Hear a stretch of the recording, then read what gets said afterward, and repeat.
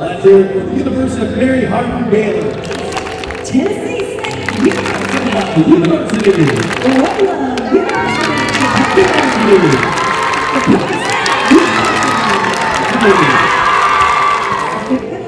We have the silver medallion. University of Maryland.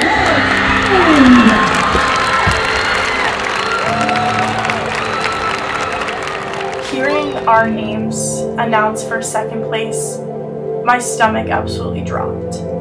I was so upset. I had felt like I had let our team down. Maybe there was something that I could have done to prevent this. It was a feeling that I never wanted to feel again.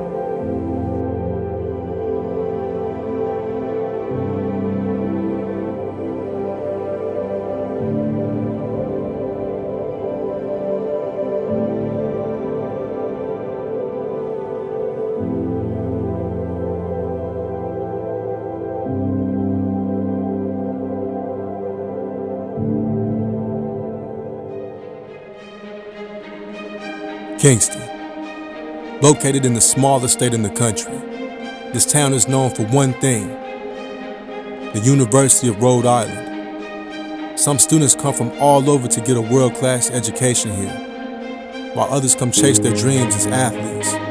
From basketball to football, these athletes practice and compete non-stop to become the best. But there's one team that you may not think of who also puts in work year-round.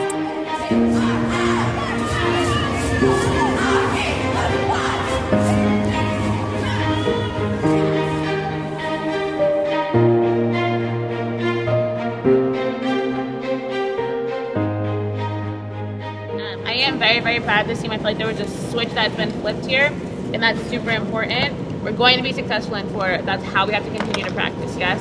We have to execute now. So like, we're all in the air, execute. Not just we're in the air, but we're remembering, like, I'm pausing, then I'm moving, then I'm stepping, I'm doing the motions the right way. It can't just be get through it, right? Cass is the stern coach, the do it right now coach, or get up, you're fine coach. Move, you should have moved! I will never forget one of our first practices with Cassidy Hall. She made us do a conditioning circuit, and at that moment, I truly realized how tough of a coach she is and how much of a benefit that was going to have on us. I want to do my schoolwork at 10 p.m. So, why'd you wait till today to do it? Because I was doing my other schoolwork, like my other final project that was due, and studying for my finals this week. Are you good or not? Stop crying. Stop crying. She wants to push you to your absolute limits.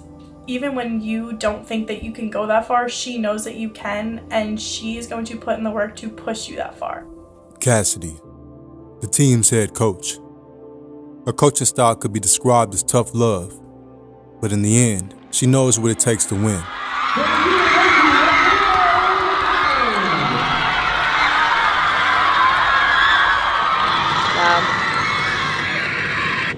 That actually almost made me cry. Looking back on that video, I was a freshman. I didn't know that I was going to get up on that stage and end up getting off with a national championship. Like, me and my freshman friends were standing in the back. One of the girls actually had a torn ACL, and we were standing in the back with her in a wheelchair. They called second place for Hofstra, and we lost it. Hugging and jumping in the back while all the seniors were in front crying. And I didn't know that was going to be the start to something amazing. After winning the national championship, the world was put on pause due to COVID-19. The spread of the coronavirus. The world. Good morning. There are new suspected cases in California. While U.S. health officials work to contain the spread of the virus. With the year off, the team came back for the 2022 season.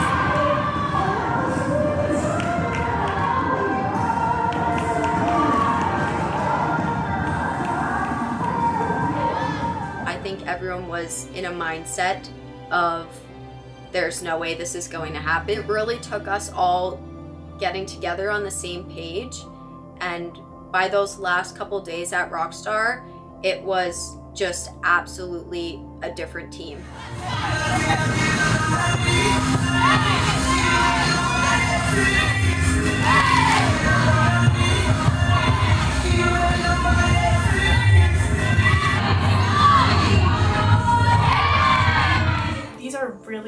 long and tiring days, and no matter how mentally tough you are or you think you are, at some point these really long days break you.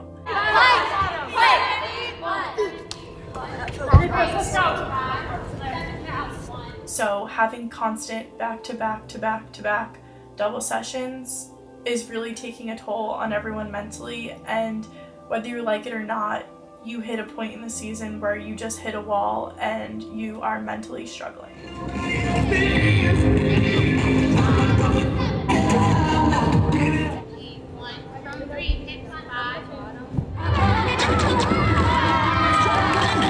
Your job, because they know that there is somebody else off the mat that can do your job and will make the corrections. So either you make the corrections in the next week and a half, or somebody else will. Okay? Fighting off COVID, the team worked and laid it all down. Move on, rally the right way. Like, talk to somebody. Talk to somebody the entire time. You should be excited to be here. We've come hell to pay to get here. Like, get excited that it's game day. Do you understand me? It's game day! Have yourselves a moment. You will never forget this moment, okay? The mat, and it's like your arms go up in the air, you're jumping off the ground the second you get on. It's like, this means business, this means war. So I'm watching everyone run to their spots, and I just feel the energy in the room just go up, and I hear the crowd cheering, and I hear everyone cheering, and I look down the line and everyone's smiling and doing what we practice. It's in Rhode Island. This is the University of Rhode Island.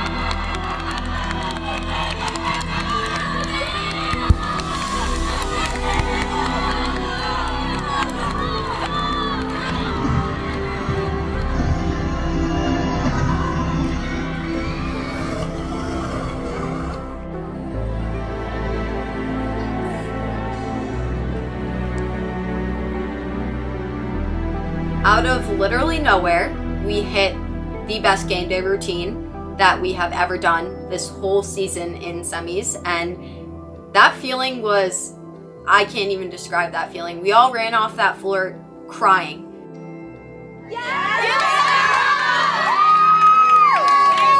Very good job. But there was just kind of this underlying feeling, because it's sort of a thing in cheerleading that if you hit a perfect routine in semis, something is kind of bound to go wrong in finals. And I know for me personally, that was in the back of my head a little bit, just wondering, like, are we going to be able to do that again? You gotta take your one. We were in the hotel room and we got called, and obviously like everyone screamed and got up and cheered. Our 8th team moving on, Open All-World Finals, University of Rhode Island. Yeah!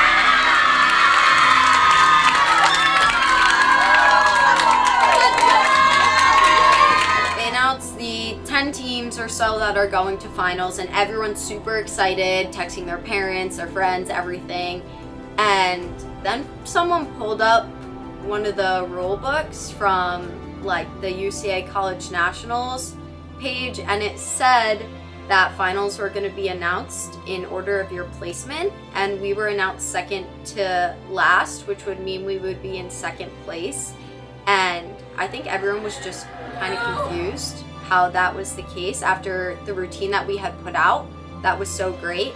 And we realized that we were in second to Sacred Heart, which is the team that we had seen 4 days ago at send-offs at UMass.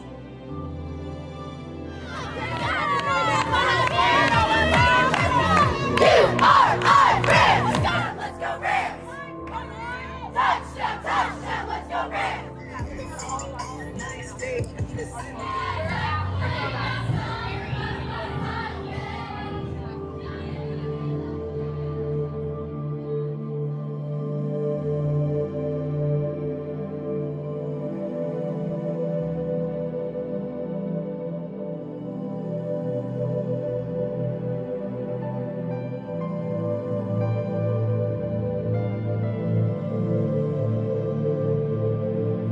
This was it. This was the moment that we had all worked for, and we needed to go out there and take that mat and take that trophy like it was already ours, and we did just that.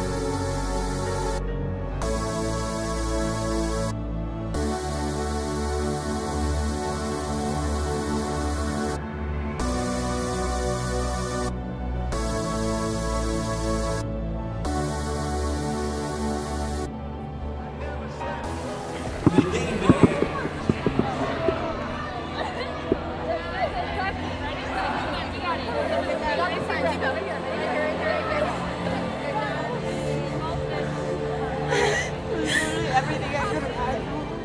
all walked off from that finals hit crying, hysterically crying, walking off the mat, and the coaches came running around the back, and we were all back there hugging each other, crying, because no one thought that we could put out 2 perfect hits of game day.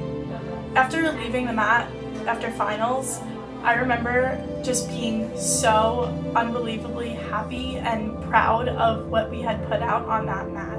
After we got off the mat, directly after us was the team that was in first.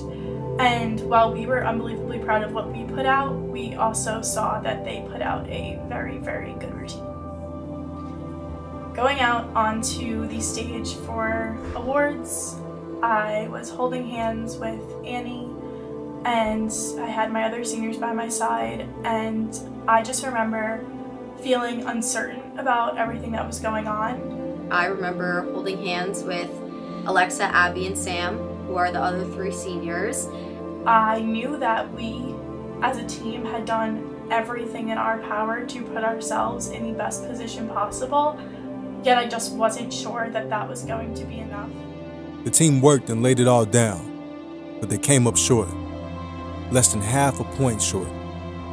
Sacred Heart put out a performance for the record books, taking home the gold, and a new rival. Coming in. Definitely a little devastating after when you didn't hear your name being called, especially because we were, I don't want to say sure, but like we were pretty confident in how it was going to come out. But I think it was definitely a good learning experience for this year. Like what were you missing last year that we can do this year, and how to never have that type of feeling again. Coming into this season, the team lit a fire and were ready to box, but they knew it wasn't going to be an easy fight. For the next 30 days, these girls will mentally and physically test their bodies, but will they have what it takes to make it out on top?